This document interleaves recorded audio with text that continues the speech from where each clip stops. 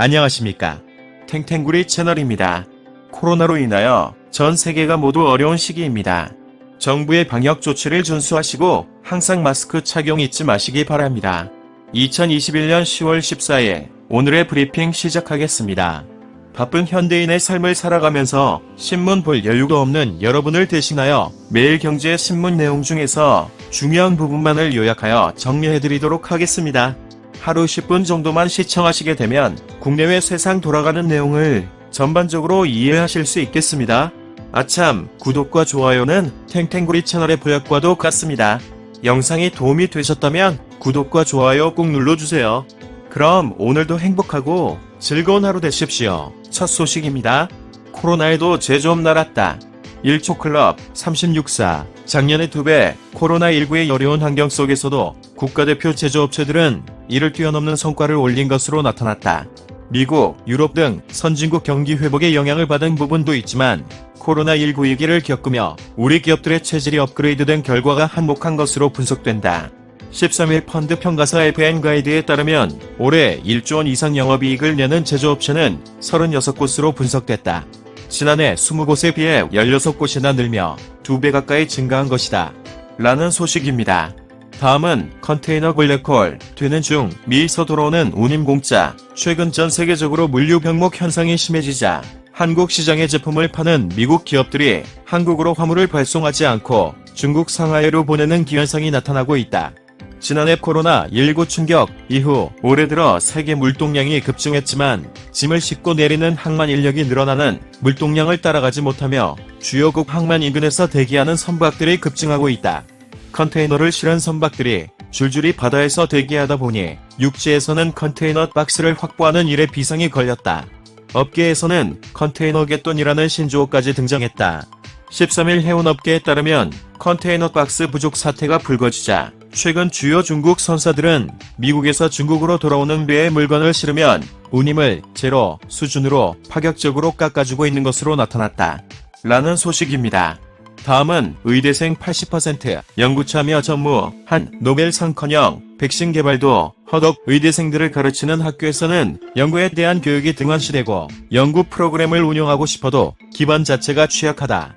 대학병원은 진료 중심으로 흘러가다 보니 연구 중심 의사를 양성하기 힘든 실정이다. 대한민국 의대와 의학교육을 책임지는 의과대학 학장, 의학전문대학원 원장들이 진단한 한국의 현실이다. 한국의 노벨과학상 수상 지름길은 자타공인, 인재강국, 한국에서도 최고의 인재들이 모인 의대의 핵심 인력들을 연구 인력으로 양성하는 것이다. 노벨상 수상뿐 아니라 대한민국의 차세대 성장 동력인 바이오 헬스 산업의 경쟁력 강화를 위해서도 연구하는 의사인 의사과학자 육성 필요성이 꾸준히 제기되고 있다. 라는 소식입니다. 다음은 수천억 폐기물 발전소 개점 휴업 쓰레기산 높아진다. 국내 SRF 발전소는 지역이기주의라는 엄청난 난제에 부딪힌 상황이다.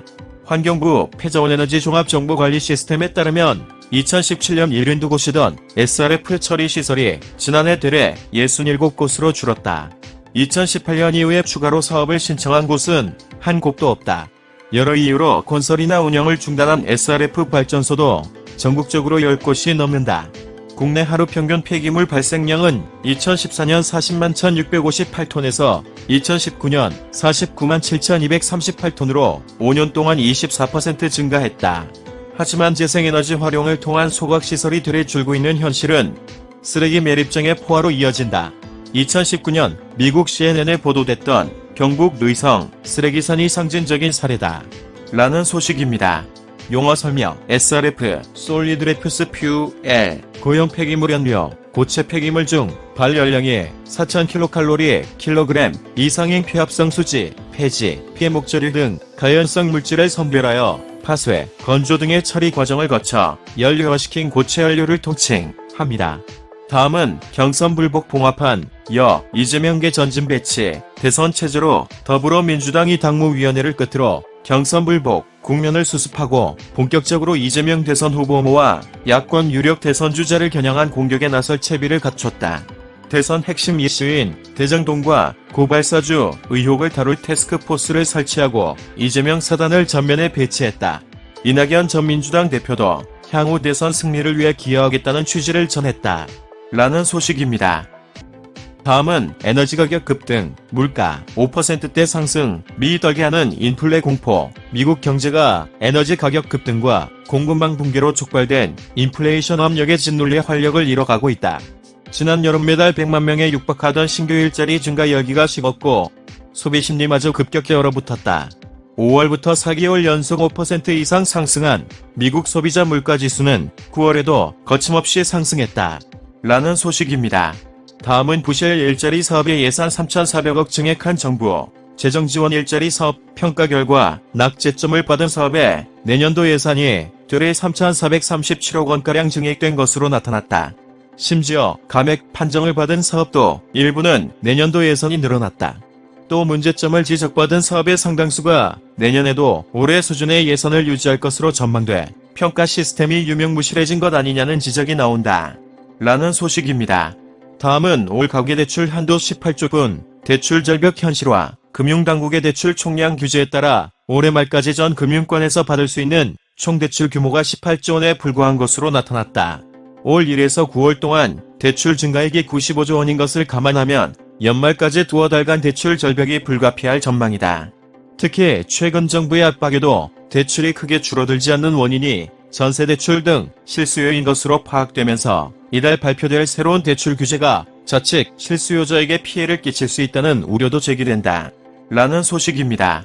다음은 삼성, 하이닉스, 마이크론 내년 디램 공급 과잉, 최근 메모리 반도체 업황이 고점에 도달했다는 우려가 나오는 가운데 내년 디램 가격이 최대 20%까지 떨어질 것이란 전망이 제기됐다. 내년에도 디램 수요량 증가세가 이어지지만 주요 공급업체의 공급량 증가율이 이를 웃돌면서 공급 과잉이 발생할 것이란 분석이다. 디램은 삼성전자와 SK하이닉스가 전 세계 시장에서 70% 이상의 점유율을 확보한 주요 시장이다. 라는 소식입니다. 다음은 SK 수소 생태계 확장, 청록수소도 선점, 2025년까지 수소 밸류체인 전체 과정을 완성하겠다는 포부를 내놓은 SK그룹이 국내 청록수소와 고체 탄소 시장을 개척하며 수소 생태계 확장을 본격화한다. 13일 투자 전문회사 SK는 세계 최초로 청록수소 상업화에 성공한 미국 모놀리스와 합작 법인을 설립하고 국내 청록수소, 고체 탄소 시장에 진출하겠다고 발표했다. 이를 위해 장동현 SK 사장과 로브, 헨슨 모놀리스 최고 경영자 등 양사 경영진은 지난달 미국 캘리포니아주 산타바바라에서 양해각서를 체결했다. 라는 소식입니다. 다음은 구글 이행 결제 버티자. 정부, 토종액 마켓, 이용 독려, 법을 준수하지 않고 아직까지 인해 결제 틀을 유지하고 있는 구글과의 애플에 대해 정부가 압박에 나섰다. 원스토어를 비롯한 국내 앱마켓을 많이 쓰도록 독려하는 방식을 통해서다. 자사결제 수단을 강제하는 이 앱 결제는 지난 9월부터 법적으로 금지된 상태다. 라는 소식입니다. 다음은 초고속 디램 전기차 플랫폼. 올해 K산업이 끈 15대 기술 SK하이닉스가 세계 최초로 출시한 초고속 메모리 DDR5 디램과 현대자동차그룹이 개발한 전기차 전용 플랫폼인 EGNP, 자율주행과 같은 대용량, 초고속 무선통신의 가능성을 열어준 삼성전자, 밀리미터파, 주파수 대역 제품, 기술 등이 올해 한국 산업계를 이끈 기술에 꼽혔다. 한국공학한림원은 친환경, 스마트, 소재, 부품, 장비 산업 분야 등에서 탁월한 기술력으로 높은 성과를 이룬 2021년 산업기술 성과 15선을 선정해 13일 발표했다. 라는 소식입니다. 다음은 헤지스 몽골 진출, 해외에서 1조 브랜드 간다. 생활문화 기업 LF의 대표 트래디셔널 캐주얼 브랜드 헤지스가 몽골 최대 전자상거래 플랫폼 쇼피와 전략적 파트너십을 체결하고 몽골 온라인 시장에 진출한다. 헤지스는 중국, 베트남 등에서의 성공을 바탕으로 몽골까지 진출하며 아시아 시장에서 더욱 영향력을 확대한다는 계획이다. 라는 소식입니다.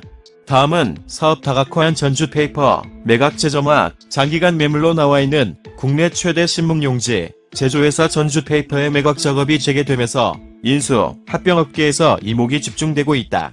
국내외 주요 사모펀드와 세아상력을 필두로 일부 기업 등이 인수 타당성을 검토하고 나서 여러 차례 실패한 새 주임 찾기가 이번에는 성공할 수 있을지에 관심이 모아진다. 라는 소식입니다. 다음은 대구 그린 섬유, 대전 드론, 지역 뉴딜, 속도, 대구시의 페트병 재활용 그린 섬유 플랫폼 조성, 경기도의 스마트 모빌리티 실증 허브 구축, 충북도의 스마트 의료 플랫폼, 시범 모델, 사업 등 광역자치단체 사업 9개와 서울 은평구의 재활용 AI 분리수거, 충남 아산시의 수소버스 로컬 다링 운영 등 기초자치단체 사업 6개가 우수 사업으로 선정돼 사업에 착수했다. 이들 사례 15건은 공모를 통해 선정됐으며 행정안전부는 지난 7월 해당 지자체에 특별교부세 300억 원을 지원했다. 라는 소식입니다. 다음은 대장동 50억 클럽 판도라 상자 열리나.